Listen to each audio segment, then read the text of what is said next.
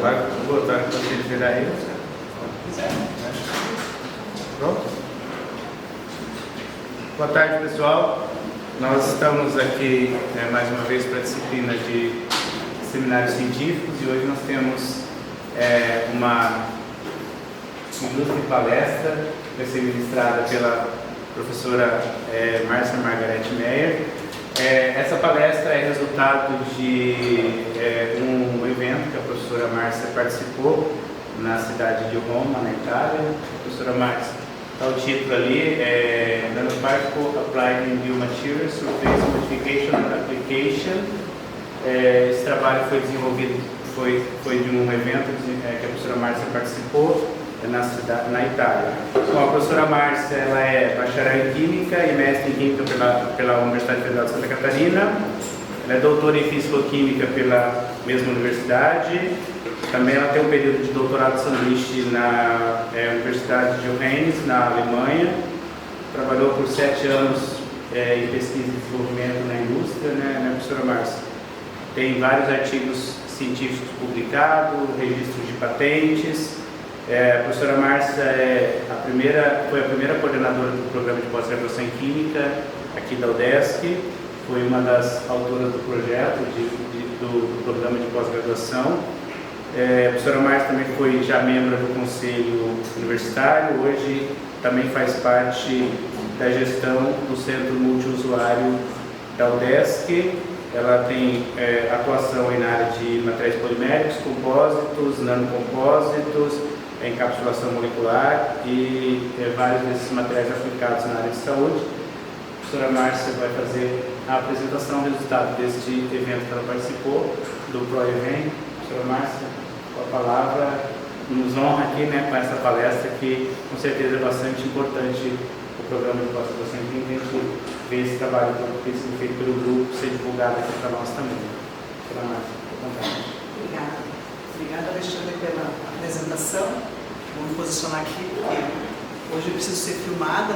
Como esse evento que eu participei, ele foi um evento financiado pela universidade através do edital interno que eu concorri, faz parte também, como encerramento desse ciclo, democratizar tudo que a gente aprendeu nesse evento, isso sendo filmado, registrado, para depois poder distribuir também via YouTube para outras pessoas terem acesso, né? Por isso não vou me movimentar muito aqui, vou ficar mais paradinha, né? Então, me honra muito ver a presença de cada um de vocês, colegas professores que estão aqui presentes, os alunos de mestrado, doutorado, alunos de iniciação científica, visitante externa também, Então, a gente fica bem feliz com a presença de todos. Obrigada. Então, eu vou compartilhar com vocês, na verdade, por mais que eu tenha sido apresentada, mas o que eu vou compartilhar comigo? O que eu vou compartilhar com vocês, na verdade, é o que as minhas alunas fazem no laboratório, Especificamente 3 alunas, os trabalhos foram realizados por 3 alunas que eu levei a esse evento e vou compartilhar os achados delas aqui com vocês.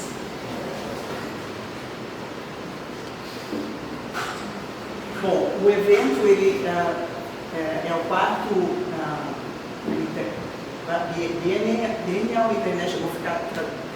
Os slides são em inglês, então vai ficar um pouco truncado aqui o negócio, Então, é o International Conference of Biomaterials and Novel Technology for Health. Ele ocorreu entre 15 e 18 de outubro de 2024 na Itália, na cidade de Roma. O ProEvent me proporcionou participar desse evento e também fazer uma visita técnica ao Swiss Federal Laboratories for Materials Science and Technology, a sigla é EMPA, que fica na Suíça. Então, aqui eu trouxe no mapa para vocês terem uma ideia. Aqui em cima está a cidade de St. Gallen, onde fica o EMPA, e aqui embaixo está Roma, tem uma distância de quase 1000 quilômetros de distância entre as cidades. Eu não imaginei que era tão distante quando fiz o planejamento, depois eu descobri que era tudo isso, Mas, enfim, vamos lá fazer esse deslocamento. Então, eu pousei em Roma, de Roma eu fui até a Suíça para fazer primeiramente a visita técnica.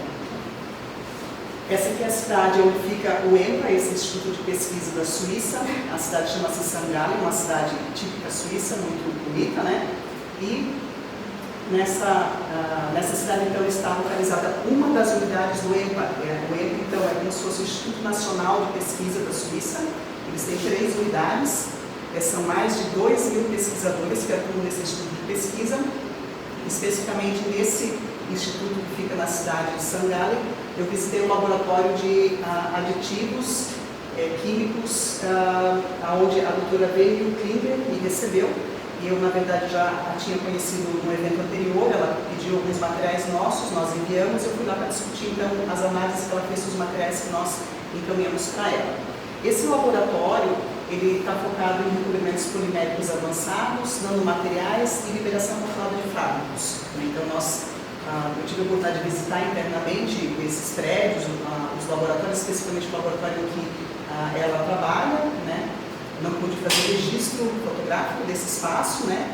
Porque esse instituto de pesquisa ele é focado no desenvolvimento de pesquisa junto com empresas. Ele surgiu com esse intuito já há muitos anos, ele tem mais de 70 anos de existência, então há muito sigilo por trás do que é feito lá dentro, né? São vários prédios e um deles é dedicado exclusivamente para as startups que surgem também com suas tecnologias que eles desenvolvem lá dentro. Então foi uma visita bastante interessante. Aqui, depois que eu saí de Sangalli, eu fui a Roma para participar do evento e fazer a apresentação oral do artigo do trabalho que eu submeti. E o evento ele ocorreu nesse prédio, que é sede então, do Conselho Nacional de Pesquisa da Itália, equivalente ao ENPA da Suíça. Existe então essa entidade também na Itália, é um instituto de pesquisa, também tem várias unidades na Itália, e uma delas fica em Roma, que acolheu então esse evento no qual eu pude fazer a apresentação do trabalho. Bom, eu vou então agora passar realmente a apresentação do que foi levado para o Congresso.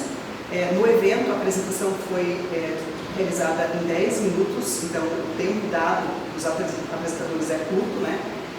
Obviamente eu não vou fazer essa apresentação em 10 minutos. Por quê? Porque o público de lá é um público altamente especializado no tema, então grande parte das informações, ao mostrar no gráfico, a plateia ela já domina aquilo e por isso que a apresentação se torna muito rápida, né? A gente não discute muitos detalhes, alguns aspectos. Mas eu quis abrir um pouco mais, até para que seja frutífero para vocês aqui, aprender um pouco mais do que a gente faz lá no Unipol, né?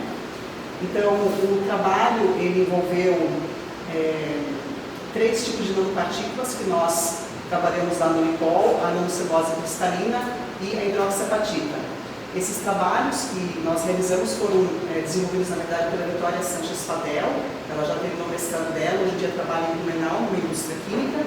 A Jamile Bazos Curupa e a Emelina Junques, que terminou agora recentemente o mestrado dela, aliás, há um ano praticamente, né? Vocês conhecem muito bem, a Emelina está aí presente, né? Então, ela está fazendo doutorado conosco. Então, eu vou falar sobre o trabalho dessas 3 mestres. Bom, primeira parte eu vou falar sobre a celulose monocristalina. Ela vem, obviamente, da celulose, que tem a estrutura química da celulose. O Brasil, então, é um vasto universo de celuloses, né? Ela é uma biomassa, né? Muito dessa biomassa é descartada, vira combustível, é queimado, né? E a característica da celulose é ter inúmeras hidroxilas na sua estrutura química, e isso faz com que formem fortes interações por ligações hidrogênicas, cadeias poliméricas da celulose. Isso então torna ela insolúvel em água, por mais que ela tenha hidroxilas na sua estrutura.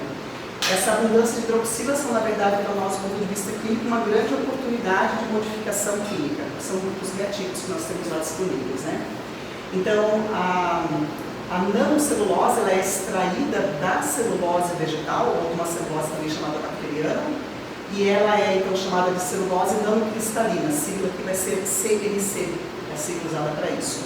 É um material então biocompatível, muito usado em engenharia de tecidos, obviamente um material muito hidrofílico, por isso que é útil para a liberação de fármacos, a indústria farmacêutica tem muito interesse nisso. Tem uma alta razão de aspecto, significa que o comprimento dela e a espessura dela tem um fator muito alto, então significa que tem uma área superficial elevada. Pode ser seda da biomassa, como já mencionado, e o Brasil, então, atualmente, aproximadamente 330 mil toneladas de biomassa, de resíduo de biomassa é gerado no Brasil anualmente. Então, nós temos aí um material de graça para ser utilizado e ser transformado em algo com valor agregado maior. Isso foi um dos motivadores também desses projetos, tá? Bom, aqui nós temos uma representação de como a nanocelulose é extraída, que seria uma fibrila, que sai de uma planta, né, que é composta por celulose. Ela tem regiões cristalinas e regiões amorfas. As regiões amorfas são regiões onde quimicamente é muito mais fácil o solvente sofrer difusão e ácidos conseguirem fazer a hidrólise dessa estrutura química.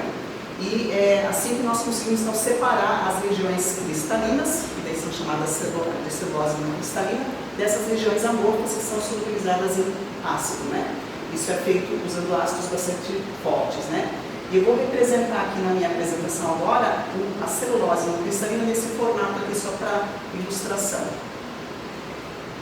Bom, a nanocelulose cristalina, uma das estratégias dela é ela atuar como um material de reforço dentro de materiais poliméricos, né? Modificar propriedades mecânicas de polímeros, né? Quando nós temos essa intenção de modificar uma propriedade mecânica de um polímero, ao adicionarmos nanopartículas, nós podemos ter 4 cenários diferentes. Um deles é as nanopartículas elas estarem pouco dispersas e pouco distribuídas, ou elas podem estar dispersas, mas pouco distribuídas também, ou elas podem estar pouco dispersas, mas distribuídas, ou o ideal, que é finamente dispersas e finamente distribuídas, ou seja, elas não estão agregadas umas às outras, né, como nós observamos aqui, né, e também distribuídas em diferentes partes desse polímero, né, que seria aqui representado o material em torno dessa nanocelulose. Esse é o ideal. Quando nós temos isso, a gente de fato acaba intensificando o efeito de reforço, de modificação que nós queremos agora no que a gente chama de compósito de base polimérica. O problema é que justamente aquela abundância de hidroxilas, a celulose, acaba dificultando a compatibilidade dessa nanopartícula com polímeros de caráter apolar. E eles têm então, a nanocelulose tem uma tendência de se aglomerar dentro desses polímeros. E também isso traz problemas então, para o desempenho que nós queremos desse tipo de material. Então, para contornar essas desvantagens, né, do uso da nanocelulose em compósitos poliméricos, uma das estratégias que nós usamos é modificar a superfície química dessa nanopartícula. Então, nós ligamos na superfície dessa nanocelulose outras moléculas que podem ser bifuncionais. Em uma das suas terminações, ela consegue se ligar covalentemente na superfície da nanopartícula e na outra terminação, ela pode ter um segundo funcional que se liga então à cadeia polimérica no qual a nanocelulose foi dispersa. Seria então uma funcionalização que a gente chama de funcionalização reativa. Nós podemos ter a funcionalização não reativa, ou seja, a gente liga algo aqui em cima dessa superfície, mas essa molécula que nós ligamos não se liga depois na matriz polimérica. Então, essas duas abordagens foram objeto de investigação da dissertação da Vitória, tá? Testar essas duas hipóteses. Mas numa primeira etapa nós tivemos que extrair a nanocelulose. Nós usamos então 2 fontes, uma delas foi algodão, que é a mais comum nós usarmos aqui no Brasil, e também o tronco da bananeira, que é uma coisa muito comum aqui para nós em Urupá, na nossa região, né? Temos muito resíduo disso, né? Então a Jamila extraiu a nanocelulose bacteriana, a nanocelulose aqui dessa biomassa, e a Vitória extraiu do algodão.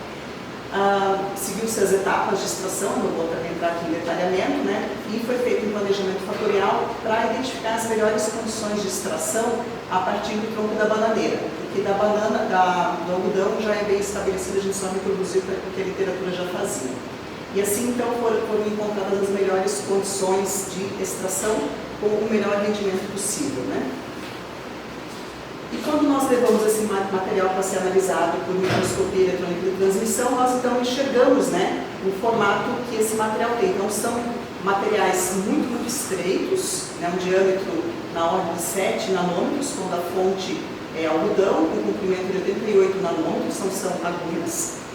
E quando nós usamos como fonte da celulose a tronco da bananeira, o comprimento foi de 122 nanômetros e diâmetro de 4 nanômetros.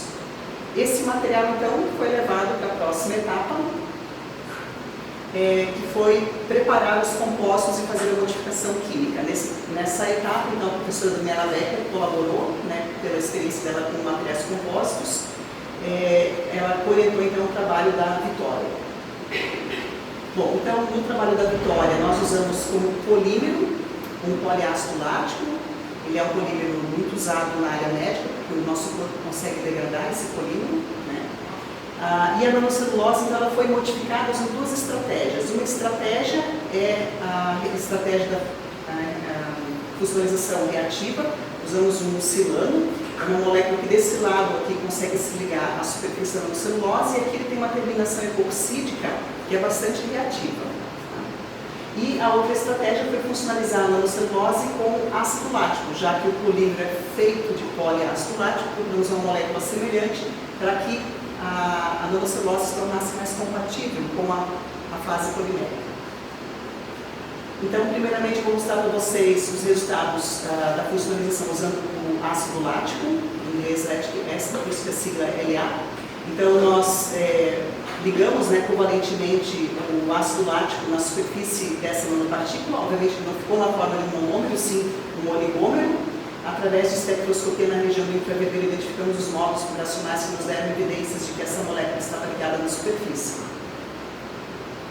Depois fizemos a funcionalização também da nanocelulose usando essa molécula que tem o silano. O nome comercial dela é glimo, é assim que eu vou me referir a ela daqui em diante, né? Então também fizemos a ligação dessa molécula na superfície da nanocelulose e novamente usando espectroscopia na região do infravermelho tivemos evidências da presença desse anel. Nosso receio era que esse anel abrisse durante o processo de síntese, mas isso aparentemente não ocorreu, de fato ele se manteve e ficou preservado. E na análise termogravimétrica, usando ar sintético durante a análise, nós percebemos um resíduo final de sílica, o que é fruto então da decomposição dessa molécula, dando indícios que de fato ela estava presente na superfície desse material. Bom, então passamos à próxima etapa, nós fizemos então o compósito, fizemos uma mistura do polímero, PLA, poliácido lático, com essas nanopartículas, usando um misturador a 180 graus. Foram feitos filmes que estão aqui representados, usando diferentes teores da nanopartícula. E o material fica assim meio translúcido, né? Mas a nossa pergunta era, será que realmente a nanocelulose ela estava ligada covalentemente agora ao polímero? Essa era a nossa pergunta. Bom, para tentar responder isso, né, o que nós fizemos? A Vitória ela pegou aqueles filmes, colocou dentro de um bom solvente do polímero, todo o polímero se dissolveu, restando novamente apenas a nanocelulose. E ela voltou a analisar a nanocelulose. A hipótese era, se o polímero se ligou covalentemente à superfície da nanopartícula, ao analisá-la, depois de retirar o polímero, nós deveríamos ter ainda sinais do polímero sobre a partícula. Então, nós usamos de novo espectroscopia na região do infravermelho para analisar, nós acompanhamos dois sinais, um sinal associado ao polímero, associado à carbonila do polímero, e outro sinal associado à própria celulose, o sinal da ligação CO. Medimos as intensidades desses sinais e fizemos, então, um cálculo para verificar se ocorreu mudança nesse perfil da superfície da partícula após a remoção do polímero. E o que a gente observou? Ao usarmos o ácido lático, os índices que nós obtivemos foram muito parecidos com a nanopartícula que não foi modificada superficialmente. Mas quando nós usamos o glimo, nós percebemos uma modificação desses índices. Então isso nos indicou que o polímero ficou um pouquinho sorvido na superfície da nanopartícula, portanto ele de fato formou uma ligação covalente. Tudo bem, isso é o que a gente como químico gosta de ver, sinais, evidências do que aconteceu, né? Mas como isso vai impactar no polímero depois desse polímero combinado com a nanocelulose? Nós pegamos aqueles filmes, mergulhamos em nitrogênio líquido e quebramos, chamada fratura quirogênica, né? E analisamos a superfície dessa fratura. Quando nós analisamos o grupo que era só a nanocelulose sem tratamento, como a nanocelulose foi funcionalizada com ácido lático, a gente percebe uma semelhança no aspecto morfológico. A gente vê esses pontinhos aqui, ó, que são, na verdade, a partícula da nanocelulose. Nessa microscopia a gente não consegue ver ela em forma de agulhas porque a ampliação não dá conta de chegar até esse nível. Em torno desses pontinhos, a gente vê, parece que halos, que são formados pelo mecanismo como a trinca corre no material quando ele fratura. E o fato dessa superfície ser lisa, nos dá, mais lisa, né, comparada com essa daqui, né, nos dá indícios que a presença da nanopartícula, ela contribuiu para a formação desses halos, mas não modificou significativamente a forma de fratura dessa superfície. Mas quando a gente analisa agora o grupo que tem glimo modificando a nanocelulose, a gente não percebe aqueles pontinhos que nós vimos aqui, né? E a gente vê grumos que surgiram, né? A hipótese é que a nanocelulose, que ela está aqui envolta pelo material polimérico, ela acabou fazendo uma ligação covalente com o polímero mediada pela molécula de glimo, e isso retém todo o polímero em torno dela. E no momento que a fratura ocorre, a trinca, que tem uma energia, ela não consegue chegar até onde a nanocelulose está, ela dá a volta em torno dessas regiões onde o polímero está ligado à nanopartícula. E isso modifica a morfologia da fratura e é um indício muito forte de que nós tivemos, de fato, uma união química do polímero com uma nanopartícula mediada pelo glimo. Então, a funccionalização reativa ela funcionou como nós esperávamos. Outros estudos agora estão sendo feitos para nós medirmos outras propriedades mais macroscópicas, né? Então, a nossa hipótese foi de que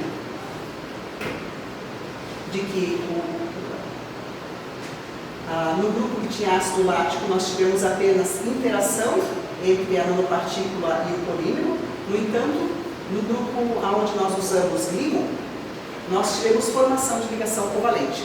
E isso ocorre porque durante o processamento desse composto, nós usamos 180 graus, isso acaba promovendo então a abertura desse anel, e nas terminações do polímero, onde há agrupamentos ácidos, ocorre a formação então dessa ligação covalente entre glimo e o polímero. Okay? Então esse foi o trabalho da Vitória. Agora eu vou falar um pouquinho do trabalho da Jamile. A Jamile também estreou no nanocelulose, aqui a imagem, né? E o que ela fez? A intenção foi usar a nanocelulose para desenvolver um compósito dental. Então, nós funcionalizamos também a superfície da nanocelulose usando uma outra molécula, que é o 3-metafiloxipropilhidroxicilano. Essa molécula, então, se ligou na superfície da nanocelulose. Fizemos também caracterizações que nos trouxeram essa evidência. Também por DRX, XPS, nós tivemos evidência da formação dessa ligação, pegando aqui o sinal. Tivemos aqui um sinal. Tivemos aqui o sinal de silício, né? E depois de funcionalizar, a gente percebeu também que manteve a estrutura de agulha que nós tínhamos originalmente.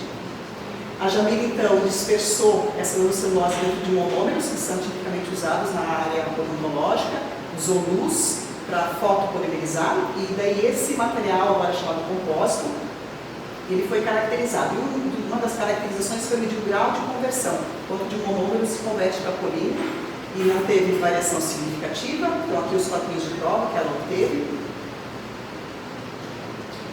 E ela também determinou o módulo de elasticidade desse material. E ela percebeu que quando nós funcionalizamos essa nanocelulose, usamos apenas 0,5% dela, nós conseguimos aumentar em 45% essa propriedade. Isso é bastante. E ela também mediu a microdureza desse material. Nós também percebemos um aumento de 26% na microdureza quando usamos o material funcionalizado, apenas 0,5%.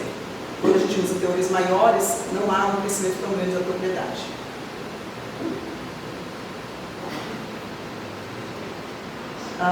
Vou agora falar então do trabalho da Emelinda, né? Quer ser aqui a Emelinda então teve foco também no material dental. Ela trabalhou com o objetivo de desenvolver um selante endodôntico. Né? Quem aqui já teve que fazer tratamento de canal? É um tanto quanto dolorido, né? O que ocorre no tratamento? O que a pessoa tem que fazer o tratamento de canal, né? Quando há invasão de cárie na estrutura dental, ela começa a atacar o esmalte, chega na dentina até chegar na polpa. A polpa é a parte vital do dente. E daí se passa a sentir muita dor. Quando essa contaminação é muito exacerbada, é necessário realmente tirar todo o material vital dentro do dente, né, e limpar esse canal, essa região, para eliminar os micro-organismos, e depois essa região tem que ser fechada, selada, por isso que tem que se usar selantes de canal radicular, é o termo usado para isso, né. Tem outras substâncias que são usadas nesse processo, mas o foco aqui foi nós trabalharmos com esses selantes, né? Existem 2 tipos de selantes comerciais disponíveis hoje em dia.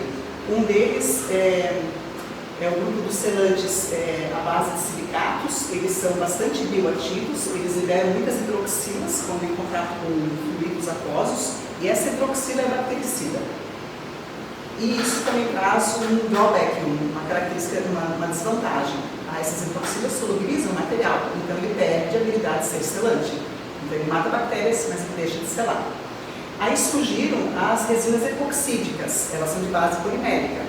Elas selam, elas não se dissolvem, também não liberam nada, portanto também não são bactericidas.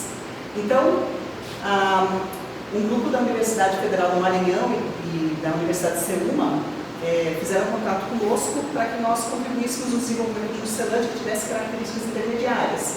E a Emeline, então, com 1 ano de mestrado, né, mudou o projeto dela, embarcou nisso e fez esse projeto aqui.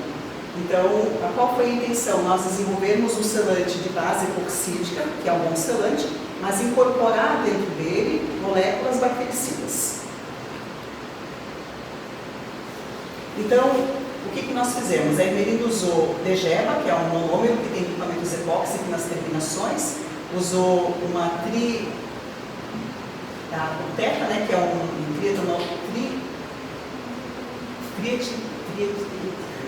uma tetramina, então tem 4 aminas na sua estrutura que são capazes de reagir com essas terminações epoxídicas, formando então uma resina chamada termofixa. E imobilizou dentro desse material polimérico esse fármaco que é N-acetilcisteína. Ela é conhecida por ter efeito bactericida e também por reduzir a citotoxicidade desses materiais usados na odontologia.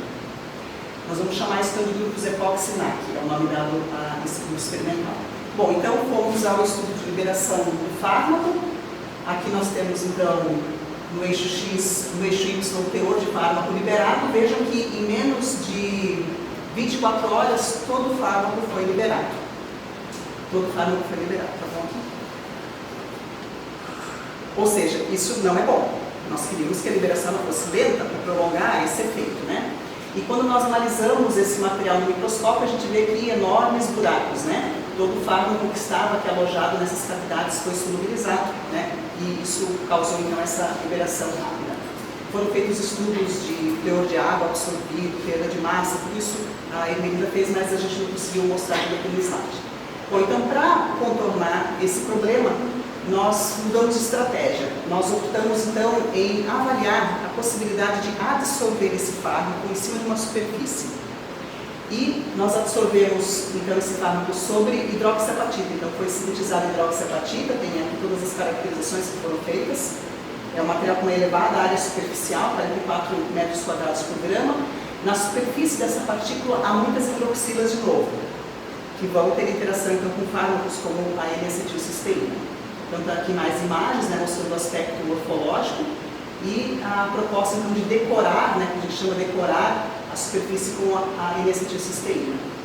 Por espectroscopia na região do infravermelho a gente observou deslocamentos intensos de sinais, sugerindo forte interação do fármaco com a superfície. Então, o que nós propusemos é que a hidroxiapatita com suas hidroxilas interagiu fortemente com esse fármaco. Agora, ao fazermos novamente o perfil de liberação, veja como nós conseguimos um perfil muito diferente. Em 28 dias foi liberado 3% do fármaco. Então, nós liberamos quase tudo em um dia, né? Obviamente, agora resta a pergunta, 3% é suficiente para ter algum efeito bactericida? Não sabemos. Próximos capítulos, tese de doutorado. Então, foi nesse ponto que nós terminamos o trabalho da Emeline e assim ela finalizou a dissertação de mestrado dela. Bom, então a hipótese, né, comparando o grupo sem hidroxiapatita com hidroxiapatita, né, é que o fato de nós imobilizarmos por fisiosorção esse fármaco na superfície da hidroxiapatita, nós conseguimos modular a liberação do fármaco. E também a microscopia eletronicamente mostrou um perfil bem diferente. Muito bem, então, lá durante o evento, né, obviamente a gente está lá também para divulgar a universidade, então eu apresentei lá no congresso um pouco do nosso parque instrumental,